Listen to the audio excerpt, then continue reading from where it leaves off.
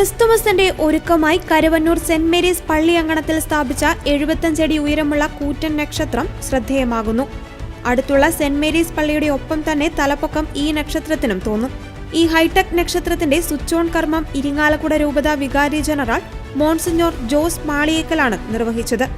ഇടവകയിലെ കത്തോലിക്ക കോൺഗ്രസ് സംഘടനാ പ്രവർത്തകരാണ് ഈ മെഗാസ്റ്റാർ ഒരുക്കിയത്. 25 ദിവസമെടുത്താണ് ഇതിന്റെ പണികൾ പൂർത്തിയാക്കിയത്.